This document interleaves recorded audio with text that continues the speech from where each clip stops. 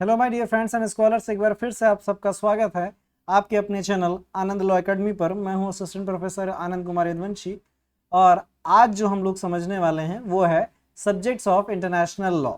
जी हाँ, और इसमें सबसे पहली लाइन समझिएगा, द मोस्ट इम्पॉर्टेंट लाइन है, जो स्टेट है वही primary and original subject matter of international law माना जाता है।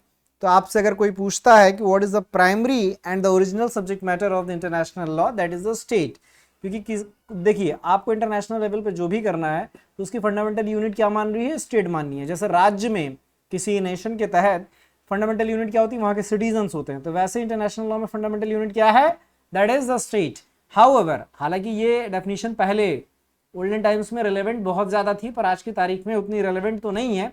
बट आज भी हमें समझना यही है कि प्राइमरी ऑब्जेक्ट क्या है, वो है आपका state. Second one is however it also regulates the action of the other entities, that one is a individual, international organization और MNCs, multinational companies। इंडिविजुअल का मतलब है यहाँ पर व्यक्ति। Common people of any state are also believe to be the subject matter of the international law as per the modern thoughts. ठीक है।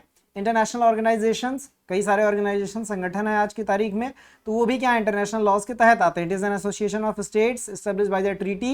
जाहिर सी बात है, आप एसोसिएशन कैसे बनाएंगे? ट्रीटी करेंगे। ठीक है।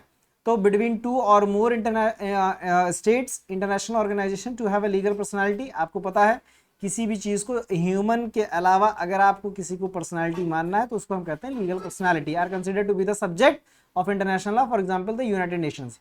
यूनाइटेड नेशन क्या है? अपने आप में एक ऑर्गेनाइजेशन है। ऐसे ही एमएनसीज, मल्टीनेशनल कंपनी, ऐसी कंपनी जो कि जहां पे वो कॉर्पोरेट हुई है, ठीक है, वहां के अलावा वो अदर एक साइड कंट्री में काम करती है, तो वहां पे वो क्या कहलाती है? मल्टीनेशनल कंपनी कहलाती है। They own and operate their corporate entities in at least one other country outside from the place where it was incorporated, therefore it is established in more than one nation. तो इसीलिए इसका हम incorporation क्या establishment क्या मानते हैं कि एक कंट्री से ज्यादा कंट्रीज में है। एक चीज और समझिएगा, all are considered to be the subjects of the international law. ऊपर जितना भी सब कुछ पढ़ा, क्या क्या पढ़ा? State, individual, international organisation and multinational companies, ये सभी क्या है? इंटरनेशनल सब्जेक्ट लॉ के सब्जेक्ट मैटर हैं।